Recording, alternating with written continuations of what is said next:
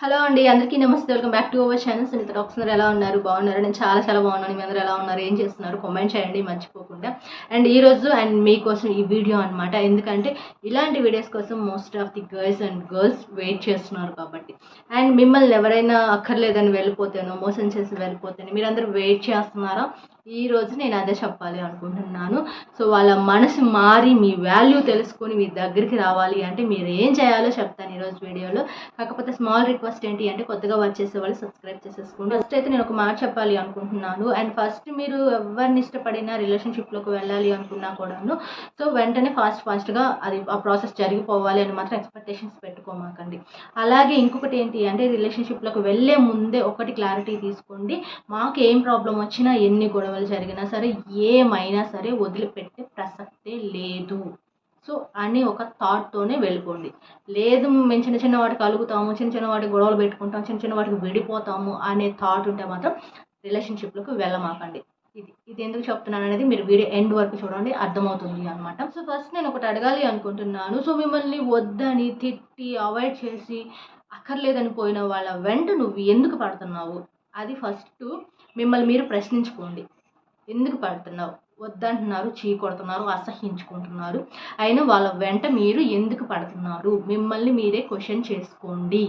ఎందుకంటే ప్రతిదానికి ఒక క్లారిటీ ఉండాలి కదా. ఇప్పుడు నువ్వు ఒక పర్సన్తో ఉంటున్నావు అంటే నీకు క్లారిటీ ఉండాలి. ఈ పర్సన్తో నేను జీవితాంతం ఉండాలి అనుకుంటున్నాను, ఈ పర్సన్తో నాకు లైఫ్ బాగుంటుంది, ఇలా చేస్తే హ్యాపీగా ఉండగలను నేను అనేది ఒక క్లారిటీ ఉండాలి. బట్ ఇక్కడ ఒక పర్సన్ మిమ్మల్ని అవాయిడ్ చేస్తున్నారు, చీ అంటున్నారు, వద్దు పో అంటున్నారు, అయినా కూడా నువ్వే కావాలని ఎందుకు ఎగబడుతున్నారు? లేని ప్రేమ కోసం ఎందుకు ఆరాట పడుతున్నారు? అది ఒక్కసారి ఆలోచించుకోండి. మీకు ఎక్కడ 50% క్లారిటీ వచ్చేస్తుంది అనమాట. ఇప్పుడు అవాయిడ్ చేసిపోయే వాళ్ళని బ్రతిమలాడుకుంటే, వాళ్ళని మళ్ళీ మీ లైఫ్లోకి తెచ్చుకుంటే మీ దరిద్రాన్ని, మీ ఏడుపుని మీరే కొని తెచ్చుకున్న వాళ్ళు అవుతారు. ఒక్క మాటలో చెప్పేస్తున్నాను. సో ఓకే, మీరు ఉండలేకపోతున్నారనో, లేకపోతే ఆ పర్సన్ నాకు కావాలనో మీరు బ్రతిమలాడుకోనో, బుజ్జగించుకోనో, ఏడ్చుకోనో ఓకే ఆ పర్సన్ మీ లైఫ్లోకి వచ్చారు అనుకోండి. ఆ తర్వాత నుంచి మీ లైఫ్ ఎంత దారుణంగా ఉంటుందో మీకు అసలు తెలుసా? ఎలా ఉంటుంది అంటే తను మిస్టేక్ చేసినా కూడాను మీరే మిస్టేక్ చేశారన్నట్టుగా మాట్లాడతారు.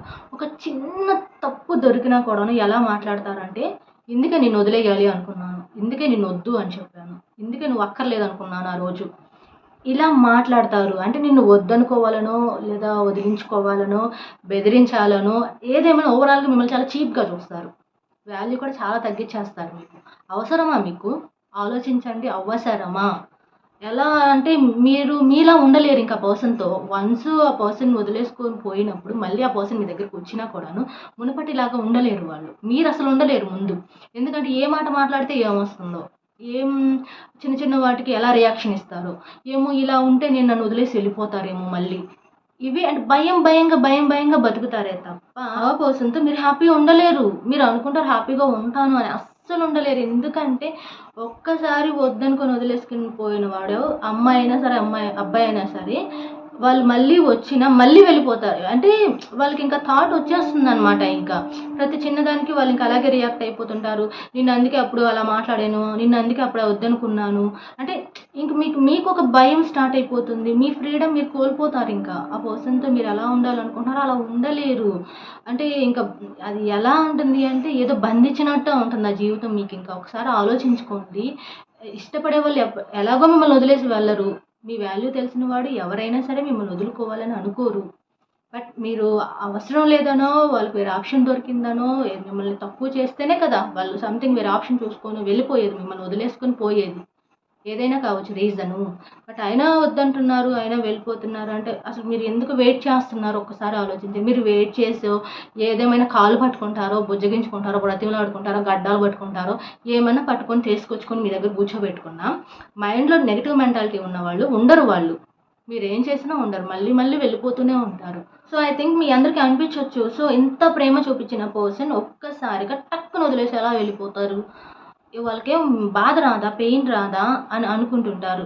అనుకోని వీళ్ళ లైఫ్ ఎలా అంటే లైఫ్ బాగున్న లైఫ్ని పాడు చేసుకుంటూ ఉంటారు. ఏదో భ్రమల్లో బ్రతికిస్తూ ఉంటారు. నా లైఫ్ ఖతం అయిపోయింది, ఓవర్, ఇంకా నేను వేస్ట్, ఇంకా నేను ఎందుకు పనికిరాను, నాకు అసలు జీవితం వద్దు, ఇలాంటి ఊహల్లోనో భ్రమల్లోనో ఉండమాకండి. ఎందుకంటే వెళ్ళిన పర్సన్ మిమ్మల్ని అంటే నువ్వు ఎంత ప్రేమించినా నిన్నే వదిలేసుకుని వాళ్ళు వెళ్ళిపోయారు అంటే అవతల ఎవరికైతే వాళ్ళు అట్రాక్ట్ అయ్యారో వాళ్ళు ఎంతకాలం ఉంటారు ఎవరికి తెలుసు? ఏమో ఒక 6 మంత్స్ 3 మంత్స్ మహా అయితే ఒక 1 ఇయర్లోనూ వాళ్ళని వదిలేసిపోతారేమో. రిటర్న్ అవుతుంది. ఇప్పుడు ఒక అబ్బాయి నిన్ను మోసం చేసిపోయాడు అనుకోండి, ఎగ్జాంపుల్గా చెప్తున్నాను. ఏ అమ్మాయి కోసం నిన్ను మోసం చేసిపోయాడో అదే అమ్మాయి ఇంకొకటి కోసం వాడు మోసం చేసిపోద్ది. ఇదే జరుగుతుంది. కర్మ రిటర్న్స్ అనమాట. వాడు నీకేదైతే చేశాడో ఆ అమ్మాయి నీకేదైతే చేసిందో అదే వాళ్ళ లైఫ్లో కూడా అదే జరుగుతుంది. అది ఏమో నెలలోనే జరిగిపోవచ్చు, వారంలో జరగవచ్చు, 2 నెలల్లో జరగవచ్చు. ఖచ్చితంగా జరిగే తీరుతుంది అనమాట. ఎందుకంటే నీ పెయిన్, నీ బాధ, నువ్వు ఏదైతే తీసుకొని హార్ట్కి తీసుకొని ఇబ్బంది పడ్డావో అది ఎక్కడికి పోదు. జస్ట్ కొంచెం పేషెన్సీతో ఉంటే అది వాళ్ళకి ఏదో ఒక రోజు వాళ్ళ లైఫ్లో కూడా అదే సిచ్యువేషన్ రిపీట్ అవుతుంది. ఫైనల్గా ఒకటే థింక్ చేసుకోండి, వాళ్ళు మీ లైఫ్లోకి వచ్చినా కూడా మీరు భయంగా బ్రతకాలి అనుకుంటున్నారా లేకపోతే ఇష్టంగా బ్రతకాలి అనుకుంటున్నారా ఆలోచించుకోండి. నాకు తెలిసినంత వరకు వన్స్ రిలేషన్షిప్లో బ్రేకప్ జరిగిపోయి అక్కర్లేదని పోయిన వాళ్ళను మళ్ళీ తెచ్చుకోవడం అంటే అంటే నేను ఇంకా దారుణంగా ఇంకా చెప్పలేను. అది మీ దరిద్రాన్ని మీరే కొని తెచ్చుకున్నట్టే అవుతుంది అనమాట. సో ఐ థింక్ మేము అంటే ఇంకోటి ఏంటంటే నేను చెప్పేది మీ సైడ్ తప్పు ఉంటే ఓకే, వన్స్ ట్రై చేయండి, సారీ చెప్పండి, నా మిస్టేక్ ఉందనుకోండి, సో ఇది రిపీట్ అవ్వదు అనుకోండి, చెప్పుకోండి. బట్ వాళ్ళు అది కూడా కేర్లెస్ చేసి మీ ఎమోషన్స్కి వాల్యూ ఇవ్వకుండా మీ మాటలు అస్సలు పట్టించుకోకుండా కేర్లెస్గా బిహేవ్ చేసి వెళ్ళిపోయే పర్సన్ని మళ్ళీ మళ్ళీ మళ్ళీ మీ లైఫ్లోకి రావాలని కోరుకోవద్దు, కోరుకొని తెచ్చుకోవద్దు. తెచ్చుకున్నారు అంటే అలా బతుకు చాలా దారుణంగా ఉంటుంది. అది నేను ఇంకా అంతకంటే ఎక్స్ప్లెయిన్ చేయలేను. మీరు ఒకటే చెప్తున్నాను. సో ఎప్పుడు మళ్ళీ నన్ను వదిలేసి వెళ్ళిపోతారని భయంతో బతకాలనుకుంటున్నావా? జీవితాంతం ఈ పర్సన్ నాతో ఉంటాడు, నన్ను బాగా చూసుకుంటాడు అనే ఒక ఇష్టంతో బ్రతకాలి అనుకుంటున్నావా? అంటే వాళ్ళకి నువ్వు బాధ్యత అవ్వాలి కానీ వాళ్ళకి నువ్వు బానిస అవ్వకూడదు. ఈ మాట గుర్తుపెట్టుకోండి. ఒక బ్రేకప్ జరిగింది అంటే అది సక్సెస్కే దారితీస్తుంది. గుర్తుపెట్టుకోండి. ఎవరి లైఫ్లో బ్రేకప్ అయినా కూడా వాళ్ళు వితిన్ కొన్ని డేస్ మంత్స్లోనే వాళ్ళ లైఫ్లో చాలా సక్సెస్ అయ్యి ఉంటారు. సక్సెస్ అయిన వాళ్ళే ఉన్నారు కూడా అనమాట. సో బ్రేకప్ అనేది అది ఫెయిల్యూర్ కాదు, ఐ థింక్ సక్సెస్ అనమాట. సో ఎందుకంటే అప్పటి నుంచి మీ లైఫ్ కొత్తగా స్టార్ట్ అవుతుంది. మీకు తెలుసో లేదో కానీ కొంత టైం ఏదైతే ఉందో ఆ నెగిటివ్ ఆ పెయిన్లో నుంచి కొంచెం మీరు బయటకు ఎప్పుడైతే రావడం స్టార్ట్ చేస్తారో అప్పటి నుంచి మీ న్యూ లైఫ్ స్టార్ట్ అవుతుంది అనమాట. లైఫ్ ఎంత బాగుంటుంది అనేది మీకు ఎలా ఉంటుందంటే ఇప్పుడు ఆ పెయిన్ ఎంత బాధపరుస్తారో వన్ డే మీకు అది చాలా సిల్లీగా అనిపిస్తుంది అనమాట. సో ఏంటి నేను అసలు ఏడ్చానా, అసలు వీళ్ళ కోసం ఏడ్చానా అని కూడా మీలో మీరే కామెడీ చేసుకుంటారు అనమాట. సో అది ఒకప్పుడు పెయినే కానీ ఫ్యూచర్లో అది కామెడీ అనమాట. అండ్ అంటే ఇప్పుడు ఈ బ్రేకప్ తర్వాత లైఫ్ ఎండ్ అయిందని అస్సలు అనుకోవద్దు. నీ విలువ తెలిసిన వాళ్ళు ఖచ్చితంగా నీ కోసం వస్తారు. నువ్వేం చేయబని లేదు. అంటే ఎలా అంటే వాళ్ళ కోసం నువ్వు ఏదేదో ఆరాటపడిపోయి ఏదేదో చెయ్యాలి అనుకోవద్దు. వస్తారు వాళ్ళు. నువ్వు బాధపడొద్దు, బెంగపడొద్దు. సో వెళ్ళిన ప్రతిదీ తిరిగి వస్తుంది ఒక రోజు. ఎవరైనా మనల్ని వదిలేసుకొని వెళ్ళిపోయిన వాళ్ళు ఈ రోజు కాకపోయినా ఇంకొక రోజైనా ఖచ్చితంగా నిన్ను వెతుక్కుంటూ వస్తారు. వెతుక్కుంటూ వచ్చినా రాకపోయినా నీ వాల్యూ తెలుసుకుంటారు ఫస్ట్. ఎలాంటి అబ్బాయిని నేను వదిలేసుకున్నాను, ఎలాంటి అమ్మాయిని నేను వదిలేసుకున్నానని పశ్చాత్తాపడే రోజు రానే వస్తుంది. జస్ట్ మీ పనులపైన మీరు ఫోకస్ చేసుకుంటూ ఓపిక్గా ఉండటమే మీరు చేయవలసిన పని అనమాట. మీరు ఏదైతే చేయాలనుకొని అది అలా స్టక్ అయిపోయి ఉందో దాని మీద ఫోకస్ చేయండి. మీ ఇంట్రెస్ట్ ఏంటి, మీరు ఏదైతే చేయాలి అనుకుంటున్నారు, మీరైతే ఒక డ్రీమ్ ఆగిపోయిందో, ఏదైతే ఒక గోల్ ఆగిపోయిందో నెక్స్ట్ కాన్సన్ట్రేషన్ దానిపైనే చెయ్యండి. సో ఎప్పుడైతే నువ్వు లైఫ్లో సక్సెస్ అవుతావో ఆటోమేటిక్గా వాళ్ళకి అక్కడ కనెక్ట్ అవుతుంది. అది మీ వాల్యూ తెలుస్తుంది. మీకోసం తిరిగి రానే వస్తారు. దానికోసం మీరు కొత్త ఎఫర్ట్స్ ఏం పెట్టాల్సిన అవసరం కూడా లేదు. ఆ ఎఫర్ట్స్ ఏదో మీ లైఫ్ మీద మీ ఫ్యామిలీ మెంబర్స్ పైన పెట్టండి. అంటే నేను చెప్పేది ఏంటి అంటే ఇప్పుడు ఎవరైనా సరే వాళ్ళు మాట్లాడుతుంటే మీరు మాట్లాడండి, వాళ్ళు ఫోన్ చేస్తే మీరు మాట్లాడండి, వాళ్ళు మెసేజ్ పెడితే మీరు కూడా మెసేజ్ పెట్టండి, వాళ్ళు కలవాలి అంటే మీరు కూడా కలవండి. కానీ ఎండ్ ఆఫ్ ది డే నీకు తోడుగా ఉండేది నీ ఫ్యామిలీ మాత్రమే అనేది తెలుసుకోండి. సో అవాయిడ్ చేసిన వాళ్ళు, మోసం చేసిన వాళ్ళు, వద్దనుకొని పోయిన వాళ్ళని దయచేసి మీ లైఫ్లోకి మళ్ళీ మళ్ళీ మళ్ళీ తెచ్చుకోమాకండి.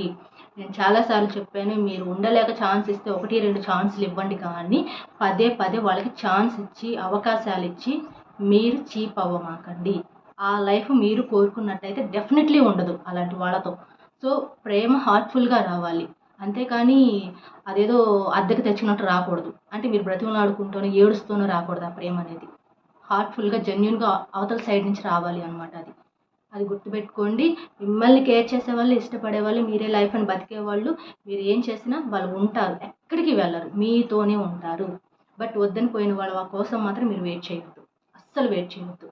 ఆ ఫోకస్ ఏదో నేను ఏదైతే చెప్పానో నీ పనుల పైన, నీకు కావాల్సిన వాళ్ళ పైన, నీ రిలేటివ్స్ పైన, నీ ఫ్యామిలీ పైన పెట్టు. లైఫ్ ఎంత బాగుంటుంది అనేది నెక్స్ట్ మీకే అర్థమవుతుంది.